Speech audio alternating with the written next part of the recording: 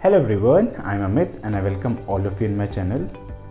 सो आज का हमारा जो टॉपिक है वो है ईडियम्स। बेसिकली यहाँ मैं उन ईडियम्स की बात करने वाला हूँ जो पिछले कुछ सालों में स्पेशली एसएससी सीजीएल और सीएचएसएल में आए हैं। ये जो ईडियम्स हैं ये मैंने पिछले कुछ क्वेश्चन पेपर से ही कलेक्ट किए हैं। यहाँ टोटल 29 ईडियम्स के बारे में बात करने वाला हूँ। हाँ, स्टार्ट करने से पहले हमको ये समझना ज़रूरी है कि ईडियम का मीनिंग क्या होता है। बेसिकली ईडियम अगर हिंदी में कहूँ तो एक काइंड ऑफ मुहावरा है। यहाँ जो भी सेंटेंस होगा या जो भी लाइन होगी उसका मीनिंग कुछ अलग ही बनेगा। मैं आपको इंग्लिश का एक एग्जांपल भी दे देता हूँ। एक ईडियम है, बुल इन दी चाइना शॉप। बुल इन दी चाइना शॉप, यहाँ लिखा भी है आपके पास। इसको अगर आप हिंदी में कन्वर्ट करो तो इसका मीनिंग जो बनेगा वो है कि एक बैल जो कि एक चाइना शॉप में है, बट इसका एक्चुअल मीनिंग डिफरेंट है। वो आपको सर्च करना है और कमेंट बॉक्स में आंसर करना है। So let's start it now. जो ईडियम्स है वो आपको स्क्रीन पर शो हो जाएंगे, क्योंकि मैंने जो क्वेश्चंस हैं वो पिछले कुछ पेपर से लिए हैं। सो आपको प्रॉपर क्वेश्चन मिलेगा यहाँ। जो आंसर गलत हैं वो रेड में है, जो आंसर सही है वो ग्रीन में है। So let's start it now. जो पहला हमारा ईडियम है वो है to take French leave. To take French leave. Now अगर आप इसमें देखोगे तो जो फोर्थ आंसर है वो करेक्ट है। आप देख पा रहे होंगे वो ग्रीन में है। यहाँ टेक अ फ्रेंच लीव का मतलब होता है कि जब आप leave low but without permission. जब आप leave low but without permission. ना इसको एक कनेक्ट करते हैं ताकि आपको थोड़ा याद भी हो जाए। मान लो आपको फ्रेंच फ्राइज़ खाने हैं और आप अपने पेरेंट्स से परमिशन लेते हो, परमिशन मिलेगी नहीं। ऑब्वियसली ये एक फास्ट फूड है, सो आपको परमिशन नहीं देंगे पेरेंट्स। ना अगर आपको यहाँ खाना है तो आपको विदाउट परमिशन खाना पड़ेगा। So take a French leave, आप इसको फ्रेंच फ्राइज से कनेक्ट कर सकते हो। मतलब यहाँ जब भी आप कोई लीव लेते हो without permission. Okay, next one, a hard nut to crack. आपको क्वेश्चन दिख रहा होगा, a hard nut to crack. Basically nut का जो मीनिंग होता है काजू, बादाम, अखरोट, इनको हम नट कहते हैं। ये नट की श्रेणी में आते हैं। ना मैं आपको एक अखरोट दूँ जो टूट ही नहीं रहा है। आपने कोशिश कर ली, हथौड़ा यूज़ कर लिया, ईंट यूज़ कर ली, बहुत सारे जो आप बचपन में करते थे दरवाजे में फंसा के कर लिया, लेकिन नहीं टूट रहा है। अब आपके लिए एक बहुत बड़ा प्रॉब्लम हो गई है। सो कह सकते हैं हम एक डिफ़िकल्ट प्रॉब्लम, और यही इसका आंसर है। सो जब भी आपको ये ईडियम मिले hard nut to crack, so इसका जो आंसर है वो है a difficult problem. Okay, next question है blow one's on trumpet. Blow one's on trumpet. आपने कई बार हिंदी में सुना होगा कि भाई ये तो अपनी ही पिपुड़ी बजा रहा है। सो ट्रम्पेट आप कह सकते हो एक काइंड ऑफ इंस्ट्रूमेंट होता है, ठीक है। अब जो बंदा अपनी पिपुड़ी बजा रहा है इसका मतलब क्या है? Praise one self. Second answer, मतलब अपने आप को जो अपनी खुद ही बढ़ाई करता है उसको हम कहते हैं blow one's on trumpet. Okay, next जो हमारा ईडियम है वो है बैक टू स्क्वायर वन। अब आप रीजनिंग में स्टार्ट करते हो, मान लो अगर आप रीजनिंग की भी पढ़ाई कर रहे हो तो आपने देखा होगा स्क्वायर बेसिकली क्या होता है। स्क्वायर की जो चारों साइड होती है बराबर होती है। यहाँ से स्टार्ट किया, वापस घूम के वहीं पहुँच गए, ठीक है। सो इसका जो मीनिंग होता है वो होता है कि come to the original point. Come to the original point, मतलब जहाँ से आपने स्टार्ट किया घूम फिर के वहीं पहुँच गए। जो नेक्स्ट वन है वो है बीज नीज। बी का मतलब मक्खी और नीज का मतलब जो आप घुटने कहते हैं उसे नीज कहा जाता है। अब यहाँ कुछ कनेक्ट करने के लिए बन नहीं रहा, सो हम इसको डायरेक्टली सीख सकते हैं। इसका जो आंसर है एक्स्ट्रा ऑर्डिनरी। जब भी कुछ एक्स्ट्रा ऑर्डिनरी होगा आप कह सकते हो इट इज़ अ बीज नीज, मतलब ये एक्स्ट्रा ऑर्डिनरी है। ओके, नेक्स्ट है टू थ्रो अ फिट। इसका जो आंसर है वो फर्स्ट है, to express extreme anger. To throw a fit. अब जब थ्रो की बात हो रही है, जब भी आपको गुस्सा आता है आप क्या करते हो? चीज़ें फेंकते हो, बस आप इसको यहीं से कनेक्ट करो। To show extreme anger. Extreme का मतलब बहुत ज़्यादा खतरनाक वाला। गुस्सा। ओके, नेक्स्ट वन है होल्ड वाटर। होल्ड वाटर, आपने कई सीरियल्स में देखा होगा कि लोग जो हैं वो प्रतिज्ञा लेते थे अपने हाथ में पानी लेके, मैं पानी की प्रतिज्ञा ले रहा हूँ। सो इसका जो आंसर है वो है टू बी वैलिड, मतलब जो एकदम सही है। सो बेसिकली लोग जो सही होते थे अपने हाथ में प्रतिज्ञा लेते थे। होल्ड वाटर, होल्ड का मतलब रोकना होता है। आप जैसे मान लो मैंने मार्कर है, I am holding the marker. Same आप जब पानी होल्ड कर रहे हो मतलब आप एक सही हो, मतलब आप सही हो, तो आप इसको कनेक्ट कर सकते हो ऐसे। जो नेक्स्ट है वो है अ क्लोज वेस्टेड पर्सन। यहाँ आप हम एक एग्जांपल ले सकते हैं।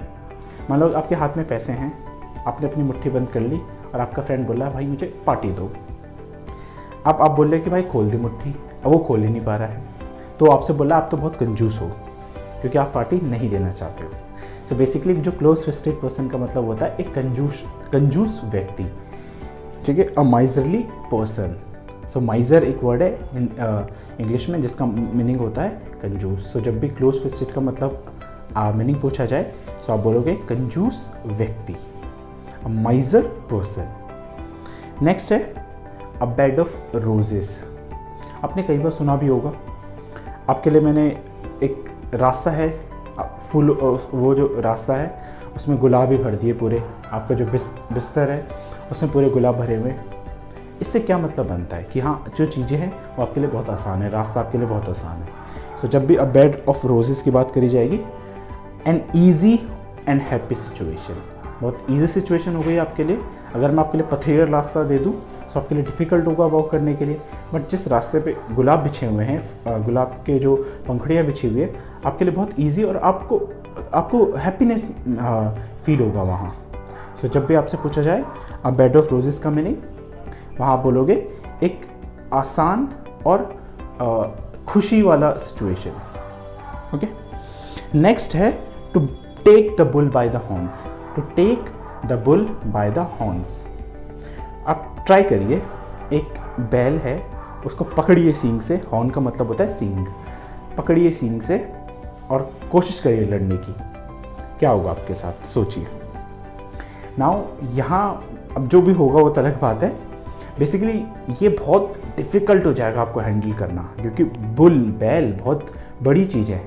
आपने देखा होगा कई बार कोई वीडियोस में जो बैल होते हैं वो गाड़ियों तक को पलट देते हैं। सो यहाँ इसका जो मीनिंग है to take the bull by the horns, so इसका जो मीनिंग होगा a difficult situation to handle. Okay, ऐसी कोई भी प्रॉब्लम जो बहुत डिफ़िकल्ट होती है आप उसको इससे कनेक्ट कर सकते हो। नेक्स्ट है to flog a dead horse.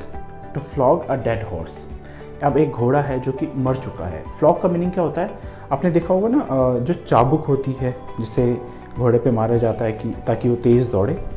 अब आप एक घोड़े पे बार बार एक चाबुक मार रहे हो, कोई फ़ायदा है उसका? नहीं, क्योंकि वो मर चुका है, वो चलेगा नहीं चलेगा।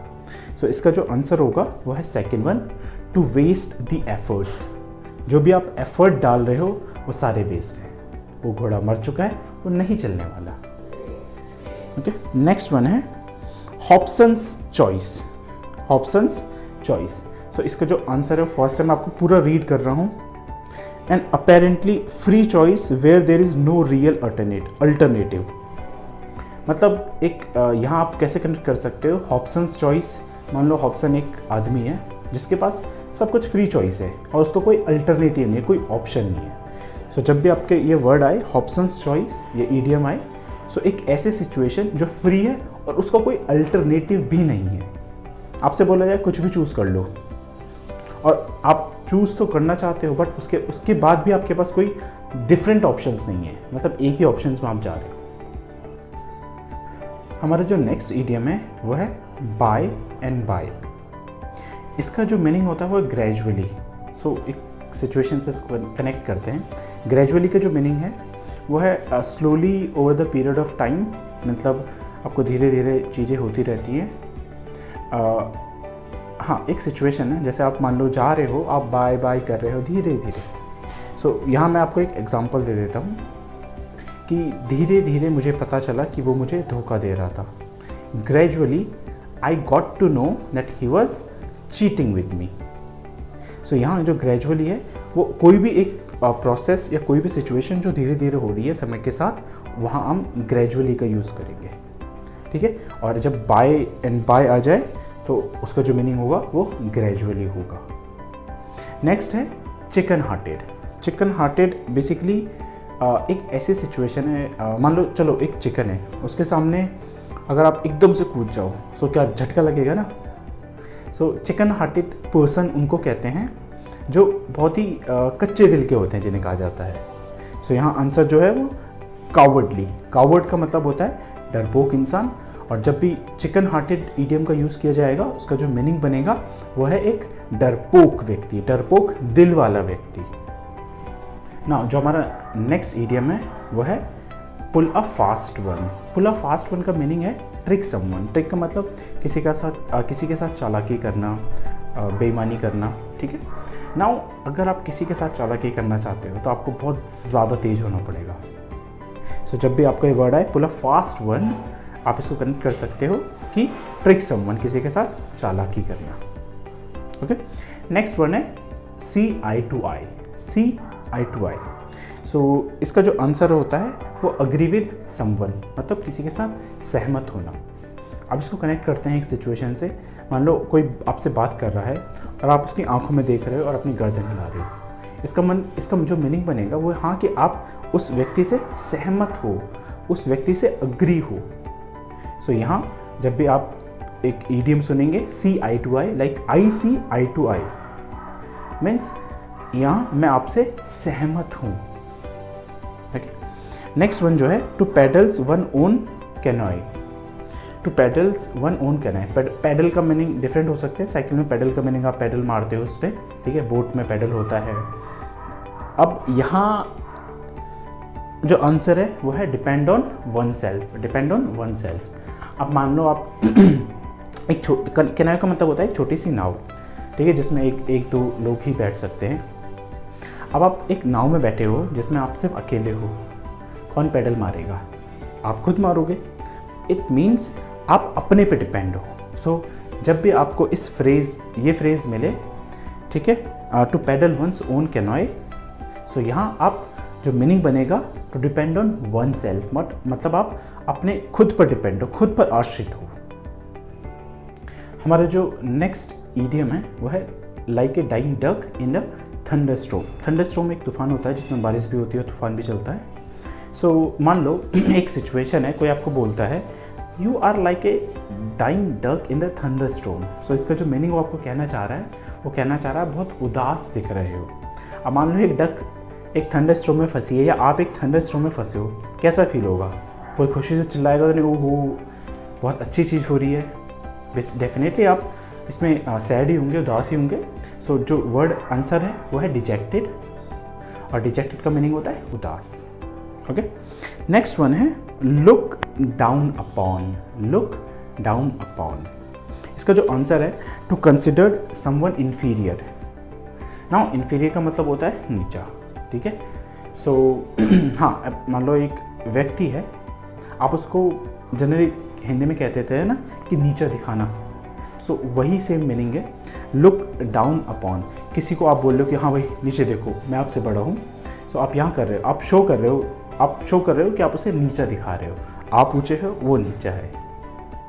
नेक्स्ट जो ईडियम है वो है keep abreast of. Keep abreast of. Abreast का जो मीनिंग होता है वो होता है इक्वली या बराबर। इसका जो करेक्ट आंसर है वो है fourth one, keep one self update, मतलब अपने आप को अपडेट रखना। अब मान लो आप अपडेट हो, so let's talk about the word only. Keep abreast of. Abreast का मतलब होता है बराबर। अब आप जब किसी चीज़ के साथ बराबर चल रहे हो, मान लो आपकी क्लास है, आप हमेशा ले रहे हो, बराबर क्लास ले रहे हो, बराबर उसके साथ चल रहे हो, आपकी अटेंडेंस अच्छी है, सो आप अपडेट रहोगे हमेशा, ठीक है। सो यहाँ जो मीनिंग है कीप वन सेल्फ अपडेटेड, आप हमेशा अपडेट हो, उस चीज़ के बारे में आपको जानकारी है। नेक्स्ट है कम टू द पॉइंट। अब कम टू द पॉइंट ये तो आपने कई बार सुना होगा, हाँ भाई इधर उधर की बातें मत करो, come to the point. So इसका जो मीनिंग है वो है second one, to speak plainly about the real issue. To speak plainly about the real issue, जो भी इशू है डायरेक्ट उसके बारे में बात करना। सो जो नेक्स्ट ईडियम है वो है give a piece of one's mind. यहाँ जो मीनिंग है वो है किसी को डांटना, किसी को फटकारना। अब मान लो आप किसी की चीज़ उठा के किसी दूसरे को पकड़ा दो, सो डेफिनेटली जो नेक्स्ट पर्सन है वो आपको बहुत ज़्यादा डांटने वाला है। सो ऐसे इसको कनेक्ट कर सकते हो। जब भी आपसे पूछा जाए give a piece of one's mind, इसका जो मीनिंग होगा, इसका मीनिंग होगा किसी को डांटना और फटकारना। नेक्स्ट है cut and dried. Cut and dried, इसका जो आंसर होता है वो होता है ऑलरेडी डिसाइडेड। Already decided. अब मान लो कि आप आपके पेरेंट्स ने बोला खाना बना दो, आप पूछो क्या बनाऊं, और आपने सब्जी पहले से काट के रखी हुई है, उसको काट लिया, उसको सुखा लिया, हाँ भाई मैं तैयार हूँ, और आप पूछ रहे हो, तो इसका कोई फ़ायदा है नहीं। आप ऑलरेडी आपने डिसाइड कर चुके हो। सो जब भी आपसे ये वर्ड पूछा जाए, सॉरी ये ईडियम पूछा जाए कट एंड ड्राइड, इसका मीनिंग होता है ऑलरेडी डिसाइडेड। पहले से आप डिसाइड कर चुके हो, आपने सब्जी काट ली है, फिर आप पूछो, कोई सेंस नहीं बनता। इट मीन्स आप ऑलरेडी डिसाइड कर चुके हो कि हाँ भाई ये काट ली है, ये बनानी है।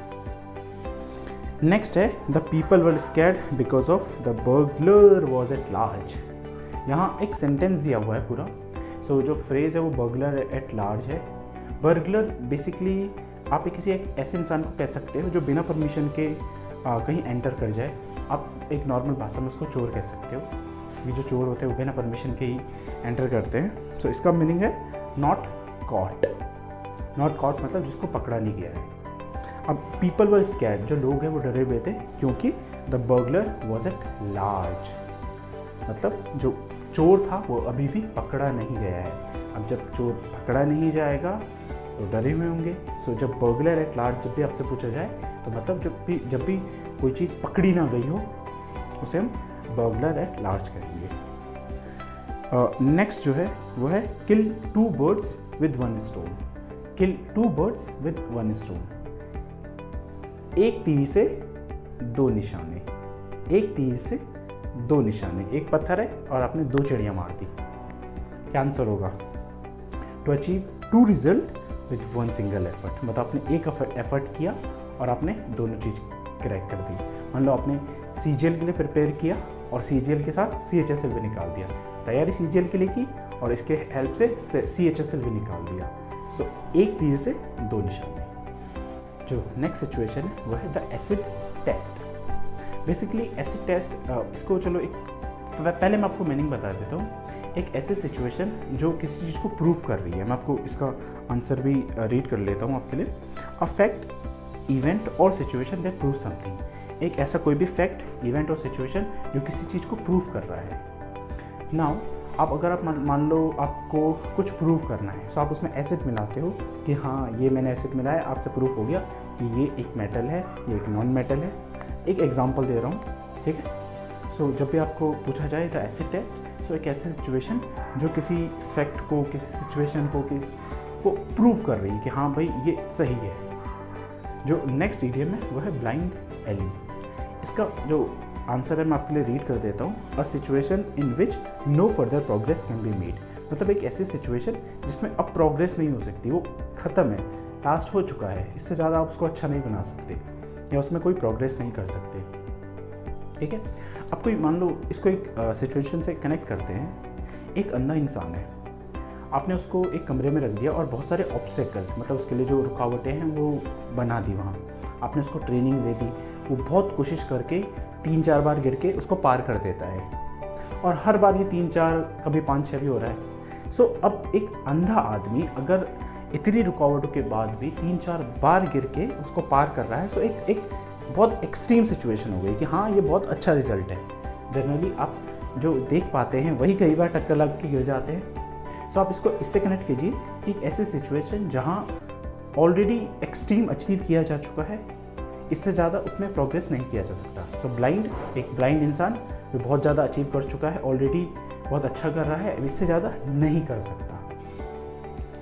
ओके, जो नेक्स्ट वन है, not last one, the second last one, to take a back seat. To take a back seat. अब इसका जो आंसर है मैं रीड कर लेता हूँ। टू बिकम लेस इंपॉर्टेंट और to give up control over things. Now चलो, बस की जो मान लो आप पिकनिक जा रहे हो और आप एक ऐसे इंसान हो जिसको किसी से कोई मतलब नहीं, सब डांस कर रहे हैं, आगे गाना गा रहे हैं, आप बैक सीट पे बैठ गए। So to become less important और give up control over things, so वहाँ आप एक लेस इंपॉर्टेंट बन जाते हो, कोई आप पे फोकस नहीं कर रहा, सब अपनी मस्ती में लगे हुए हैं, ठीक है। और आपका उन चीज़ों पर कोई कंट्रोल नहीं है, आप जो काम कर रहे हैं आप कर रहे हो, वो बाकी लोग वो कर रहे हैं।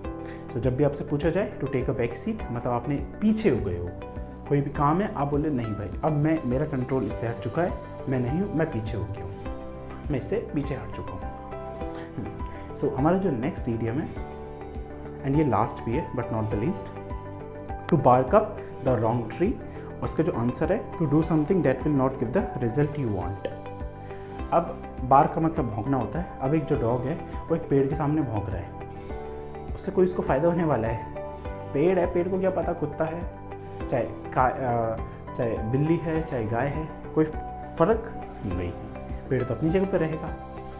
सो कोई भी ऐसा काम जिससे कोई रिजल्ट ना मिले, जो आप चाहते हो वो ना मिले, सो कुत्ता चाहता चलो मैं इसको डराऊँ पेड़ को, कोई फ़ायदा नहीं, जो कुत्ता रिजल्ट चाहता है वो नहीं मिलेगा।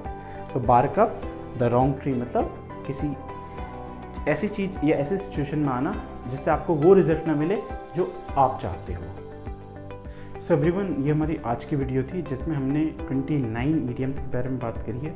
ये ईडियम्स बहुत ज़्यादा इंपॉर्टेंट है, आप इनके नोट्स ज़रूर बनाइएगा और आपके लिए ये बहुत ज़्यादा हेल्पफुल होंगे। Keep watching, keep learning. Thank you.